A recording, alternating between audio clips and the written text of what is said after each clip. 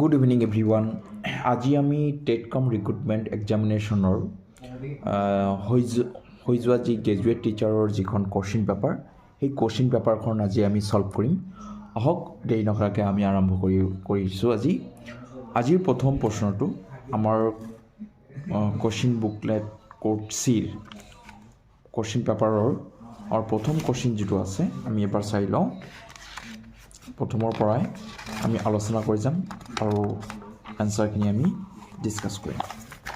চাওক, প্ৰথম প্ৰশ্নটো কি কৈছে, বিদ্যালয়ত শিক্ষা সংস্কৃতি গঢ়ি তোলাৰ ক্ষেত্ৰত তলৰ কোনটো আটাইতকৈ গুৰুত্বপূৰ্ণ? ইয়াৰ শুদ্ধ উত্তৰটো হ'ব option number B. Option number B ইয়াৰ হ'ব শুদ্ধ উত্তৰ। গতিকে যিসকলে অপশ্যন নম্বৰ বিটো মাৰ্ক কৰিছে তাৰ এনচাৰটো শুদ্ধ হৈ যাব। নেক্সট প্ৰশ্নটোলৈ যাম এতিয়া আমি। নেক্সট 2 নম্বৰ প্ৰশ্নত যিটো আছে, 4জন ল'ৰা আৰু 15জনী ছোৱালীয়ে এটা কাম 3 দিনত সম্পূৰ্ণ কৰিব পাৰে। আকৌ 6জন ল'ৰা আৰু 5জনী ছোৱালীয়ে একেটা কাম 6 দিনত সম্পূৰ্ণ কৰিব পাৰে। তেনেহ'লে এজনী ছোৱালীয়ে অকলে কিমান দিনত সেই কামটো সম্পূৰ্ণ কৰিব পাৰিব? ইয়াৰ শুদ্ধ উত্তৰটো হ'ব যিসকলে অপশ্যন নম্বৰ ডি অৰ্থাৎ অপশ্যন নম্বৰ এ হ'ব ইয়াৰ শুদ্ধ উত্তৰ, 60 দিন। অৰ্থাৎ যিসকলে অপশ্যন নম্বৰ এ মাৰ্ক কৰিছে অৰ্থাৎ 60 দিন,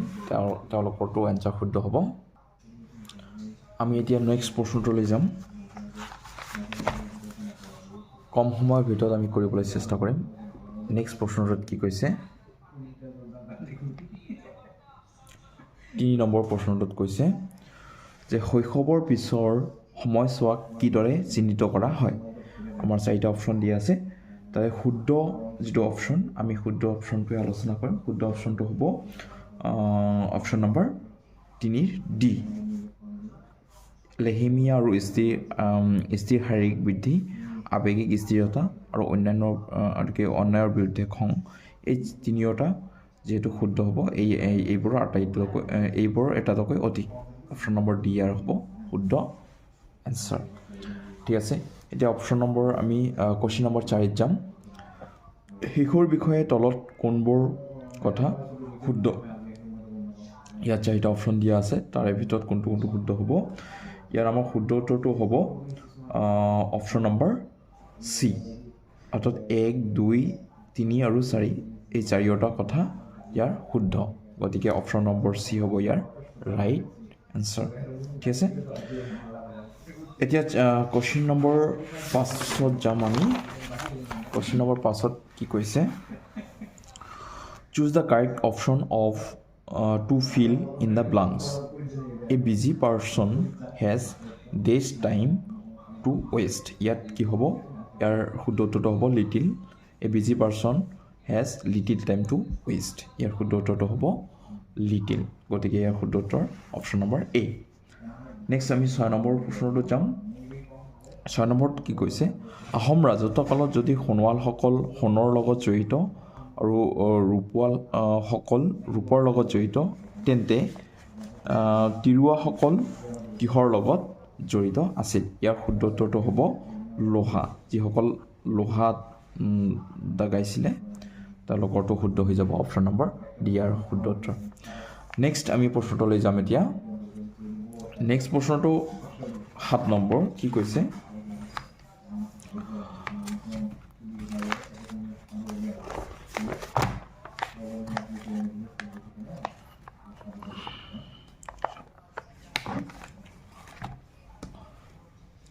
কৈছে substitute the bold word in the given sentence with the correct option without changing the meaning. তো ইয়াৰ শুদ্ধ উত্তৰটো হ'ব ইয়াৰ অপশ্যনটো দিছে, he selected the books for the library judiciously. তো ইয়াৰ শুদ্ধ উত্তৰটো হ'ব আপোনালোকে অপশ্যন এ নম্বৰ দিছে লিগেলি, অপশ্যন নম্বৰ বি দিছে ইম্পাৰ্টিয়েলি আৰু অপশ্যন নম্বৰ লফুলি আৰু অপশ্যন নম্বৰ ডি দিছে ৰিজনেবলি তো ইয়াৰ শুদ্ধ উত্তৰটো হ'ব 7ৰ শুদ্ধ উত্তৰটো হ'ব বি যিসকলে ইম্পৰ্টিয়েলি দিছে সেই উত্তৰটো হ'ব শুদ্ধ ঠিক আছে আমি নেক্সট অপশ্যনলৈ যাম নেক্সট প্ৰশ্নটোত কি কৈছে কোৱেশ্চন নম্বৰ 8 তলৰ কোনটোৱে গঠনমূলক মূল্যাংকন সামগ্ৰিক মূল্যায়নৰ পৰা পৃথক কৰে তলৰ কোনটোৱে গঠনমূলক মূল্যায়নক সামগ্ৰিক মূল্যায়নৰ পৰা পৃথক কৰে ইয়াৰ 8 নম্বৰ প্ৰশ্নৰ উত্তৰ শুদ্ধ উত্তৰটো হ'ব অপশ্যন নম্বৰ বি যিসকলে অপশ্যন নম্বৰ বি দেখাইছে ছাত্ৰ ছাত্ৰী শিক্ষণৰ বিষয়ে তথ্য সংগ্ৰহ কৰিবলৈ এটা সঁজুলি ব্যৱহাৰ কৰা এইটো হ'ব আমাৰ শুদ্ধ উত্তৰ গতিকে কোৱেশ্চন নম্বৰ 8ৰ বি অপশ্যন হ'ব শুদ্ধ নেক্সট আমি 9 নম্বৰ প্ৰশ্নলৈ যাম 9 নম্বৰ প্ৰশ্নত কি কৈছে 9 নম্বৰ কৈছে শ্ৰী দুৰ্জয়ৰ কাৰ ৰাজধানী আছিল শ্ৰী দুৰ্জয় কাৰ ৰাজধানী আছিল এখন ঠাইৰ নাম আৰু এইটো কাৰ ৰাজধানী আছিল অপশ্যন নম্বৰ এ দিছে ৰত্নপাল বি দিছে ভাস্কৰ বৰ্মন চি দিছে ৰুদ্ৰসিংহ আৰু ডি দিছে নীতিপাল ইয়াৰ শুদ্ধ উত্তৰটো হ'ব 9 নম্বৰ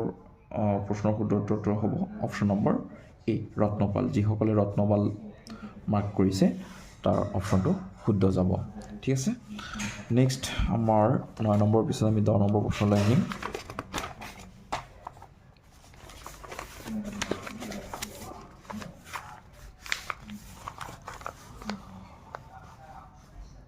দহ নম্বৰ প্ৰশ্নত কি কৈছে যেতিয়া শিক্ষাৰ্থীসকলে বিষয় এটা বুজিবলৈ অসুবিধা পায়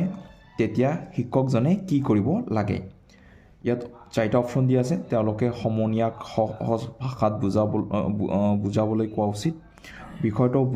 বুজাবলৈ তেওঁলোকৰ জীৱনৰ বিভিন্ন উদাহৰণ ব্যৱহাৰ কৰিব লাগে বুজি নোপোৱা পৰ্যন্ত ব্যাখ্যাটো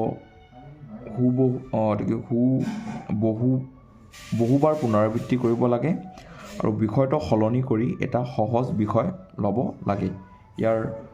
কোৱেশ্চন নম্বৰ 10ৰ শুদ্ধ উত্তৰটো হ'ব অপশ্যন নম্বৰ বি যিসকলে বি অপশ্যনটো লগাইছে যে বিষয়টো বুজাবলৈ তেওঁলোকৰ জীৱনৰ বিভিন্ন উদাহৰণ ব্যৱহাৰ কৰিব লাগে তাৰ এনচাৰটো হ'ব শুদ্ধ ঠিক আছে এতিয়া আমি কোৱেশ্চন নম্বৰ 10 নম্বৰ হৈ গ'ল এতিয়া 11 নম্বৰ প্ৰশ্নলৈ যাম 11 নম্বৰ প্ৰশ্নটো কি কৈছে পচা ব্যৱস্থা কোনে প্ৰৱৰ্তন কৰিছিল অপশ্যন নম্বৰ এ দিছে চুকাফা অপশ্যন নম্বৰ বি চুহুংমুহুং অপশ্যন নম্বৰ চি দিছে প্ৰতাপ সিংহ আৰু অপশ্যন নম্বৰ ডি দিছে ৰুদ্ৰসিংহ পচা ব্যৱস্থা প্ৰৱৰ্তন কৰিছিল 11 নম্বৰ অপশ্যনৰ শুদ্ধ উত্তৰটো হ'ব চি নম্বৰ প্ৰতাপ সিংহ যিসকলে প্ৰতাপ সিংহ অপশ্যনটো দেখাইছে তাৰ কাৰণে সেইটো এনচাৰ শুদ্ধ হ'ব নেক্সট আমি প্ৰশ্নলৈ যাম নেক্সট প্ৰশ্ন 12 number from the options given below choose the word that is most nearly opposite to the word we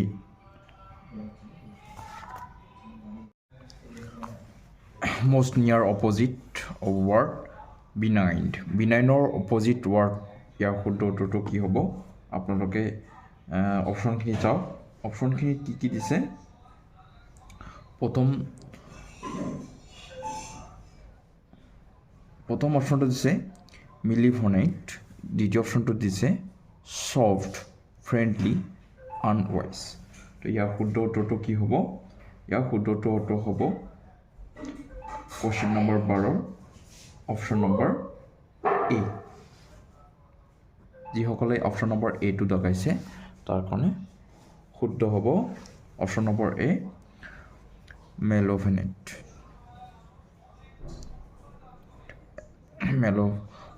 ইয়াৰ শুদ্ধ উত্তৰ নেক্সট আমি প্ৰশ্নলৈ যাম 13 নম্বৰ কুৱেশ্যনটো কি কৈছে ধন্যা অকলশৰীয়াকৈ থাকে আৰু দুপৰীয়াৰ আহাৰ অকলে গ্ৰহণ কৰে আৰু আন ছাত্ৰ ছাত্ৰীসকলৰ লগত মিলিজুলি নাথাকে তাই শ্ৰেণীত অকলে বহে আৰু নিজকে খুব বিচ্ছিন্ন আৰু অসুখী অনুভৱ কৰে এই পৰিস্থিতি অনুসৰি আচলতে কি হৈছে ইয়াত অপশ্যন নম্বৰ দিছে এ নম্বৰ দিছে তাই নিম্ন আত্মমূল্য অনুভৱ কৰিছে বি নম্বৰ তাই নিজৰ পৰিচয় অনুভূতি নেতিবাচক আৰু চি নম্বৰ দিছে তাই কাৰ্যক্ষমতাৰ অভাৱ অনুভৱ কৰিছে আৰু অপশ্যন নম্বৰ ডি দিছে তাইৰ আত্মধাৰণা ভালদৰে বিকাশ হোৱা নাই 13 নম্বৰৰ শুদ্ধ উত্তৰটো হ'ব অপশ্যন নম্বৰ যিসকলে এ দেখাইছে যে তাই নিম্ন আত্মমূল্য অনুভৱ কৰিছে এইটো হ'ব ইয়াৰ শুদ্ধ অৰ্থ যিসকলে 13 নম্বৰ এ নম্বৰ অপশ্যনটো দেখাইছে তাৰ কাৰণে শুদ্ধ এতিয়া আহা নেক্সট প্ৰশ্নটোলৈ আহিম 14 নম্বৰ প্ৰশ্নত কি কৈছে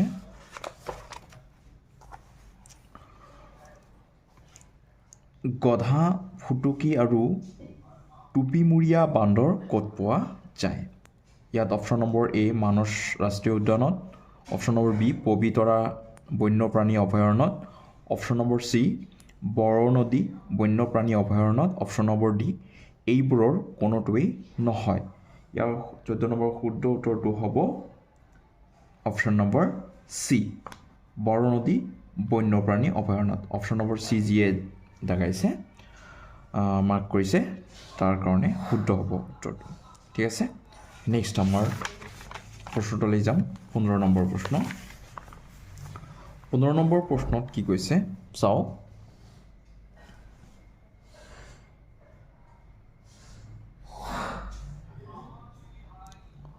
15 নম্বৰ অপশ্যনত কৈছে তলত উল্লেখ কৰা কোনবোৰ ক্ষুদ্ৰ সঞ্চয়ৰ আহিলা তলত উল্লেখ কৰা কেইটামান অপশ্যন দিছে কোনবোৰ ক্ষুদ্ৰ সঞ্চয়ৰ আহিলা 1 নম্বৰত দিছে পাব্লিক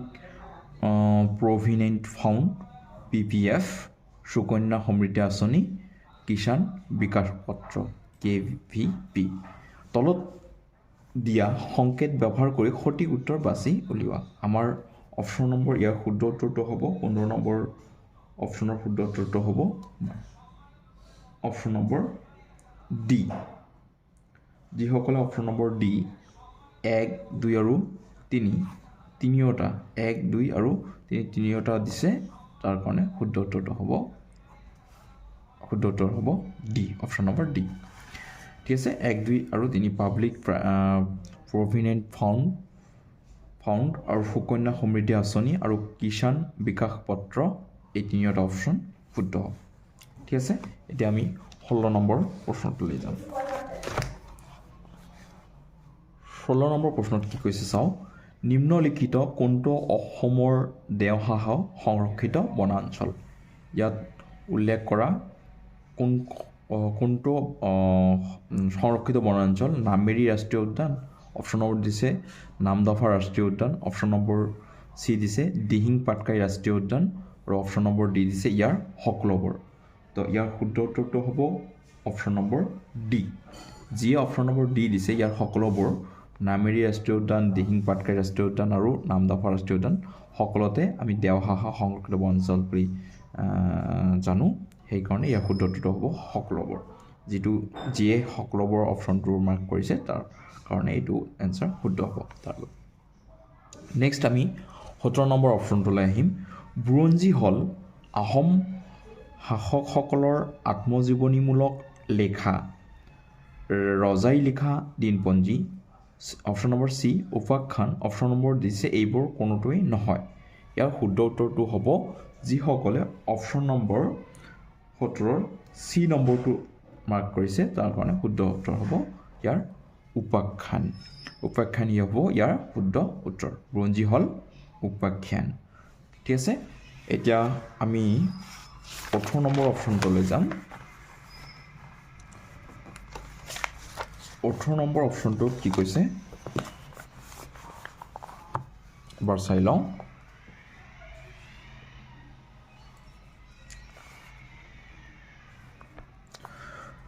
যিসকল ছাত্ৰ ছাত্ৰীয়ে সঘনাই শাস্তি দিয়া হয় যিসকল ছাত্ৰ ছাত্ৰীক সঘনাই শাস্তি দিয়া হয় তেওঁলোকে শাস্তিক গুৰুত্ব নিদিয়ে আৰু অসৎ আচৰণ কৰিয়েই থাকে ইয়াৰ কাৰণ হ'ল ইয়াত 4টা কাৰণ দিছে যে ই অভ্যাসত পৰিণত হৈছে অপশ্যন নম্বৰ বি দিছে তেওঁলোক জেদি অপশ্যন নম্বৰ চি দিছে তেওঁলোক অনুপ্ৰেৰণাহীন আৰু অপশ্যন নম্বৰ ডি দিছে তেওঁলোক অপৰাধ পৰায়ণ ইয়াৰ চাৰিটা অপশ্যনৰ ভিতৰত শুদ্ধ উত্তৰটো কি হ'ব ভাবক আপোনালোকে ইয়াৰ শুদ্ধ উত্তৰটো হ'ব অপশ্যন নম্বৰ যিয়ে দিছে এ ই অভ্যাসত পৰিণত হৈছে যি অপশ্যন নম্বৰ এ দিছে তাৰ কাৰণে এইটো উত্তৰ শুদ্ধ হ'ব ঠিক আছে নেক্সট আমি প্ৰশ্নটোলৈ যাম নেক্সট আমি যাম প্ৰশ্ন নম্বৰ 19 নম্বৰ 1828 চনত অসমত ব্ৰিটিছ শাসনৰ বিৰুদ্ধে প্ৰথম বিদ্ৰোহৰ নেতৃত্ব কোনে দিছিল ইয়াত অপশ্যন নম্বৰ এ দিছে Piyoli Phukan option number B Maniram Dewan option number C Gomdhar Konwar option number D Piyoli Barua ইয়াৰ শুদ্ধ উত্তৰটো হ'ব আপোনালোকে ভাবক ইয়াৰ শুদ্ধ উত্তৰ হ'ব গমধৰ কোঁৱৰ যিয়ে গমধৰ কোঁৱৰ অপশ্যন নম্বৰটো দিছে তাৰ কাৰণে ইয়াত এইটো শুদ্ধ উত্তৰ ঠিক আছে এতিয়া আহা 20 নম্বৰ প্ৰশ্নলৈ 20 নম্বৰ প্ৰশ্নত কি কৈছে চাওঁ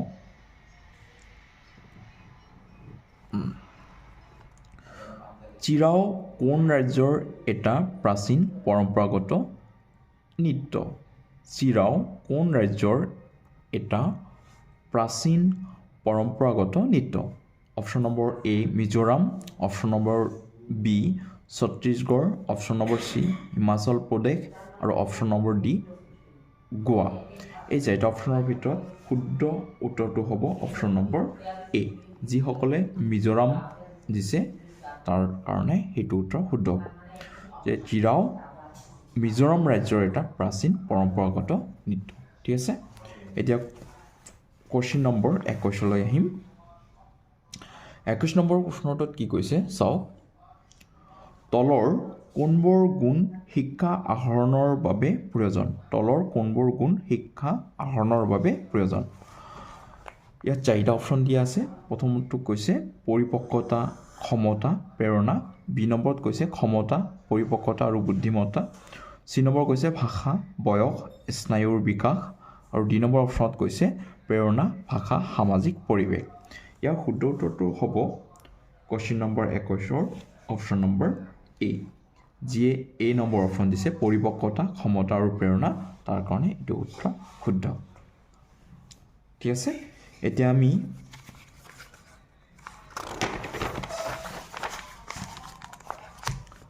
22 নম্বৰ প্ৰশ্নটো আলোচনা কৰিম 22 নম্বৰ প্ৰশ্নটোত কি কৈছে প্ৰতি কেজি 47.75 টকা দামৰ কিমান কেজি চাহপাতৰ লগত প্ৰতি কেজি 54.50 টকা দামৰ 8 কেজি চাহ 8 কেজি চাহপাত মিহলি কৰিলে মিহলি কৰা প্ৰতি কেজি চাহপাত 55 টকা দামত বিক্ৰী কৰিলে 10% লাভ হ'ব ঠিক আছে এতিয়া আমাৰ ইয়াৰ অপশ্যন চাৰিটা দিয়া আছে অপশ্যন নম্বৰ এ দিছে 4 কেজি অপশ্যন নম্বৰ বি দিছে 16 কেজি অপশ্যন নম্বৰ চি দিছে 2 কেজি আৰু অপশ্যন নম্বৰ ডি দিছে 8 কেজি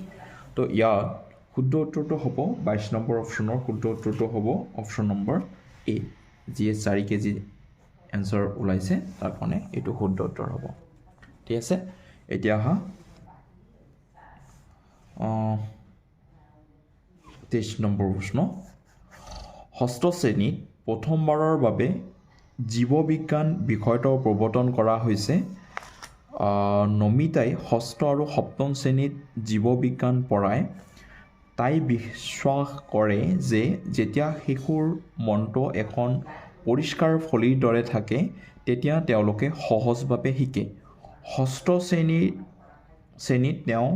এক নতুন বিষয় জীৱ আৰু ইয়াৰ বাসস্থানৰ ওপৰত পাঠদান দিয়াৰ পৰিকল্পনা কৰিছে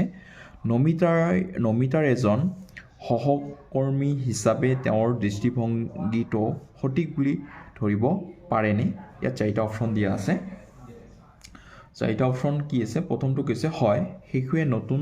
জ্ঞান আৰু দক্ষতা আহৰণ কৰে যেতিয়া তেওঁলোকক নতুন বিষয়ভিত্তিক চিন্তা প্ৰক্ৰিয়াৰ সৈতে পৰিচয় কৰাই দিয়া হয় অপশ্যন নম্বৰ বি দিছে হয় শিশুৱে শিকে যেতিয়া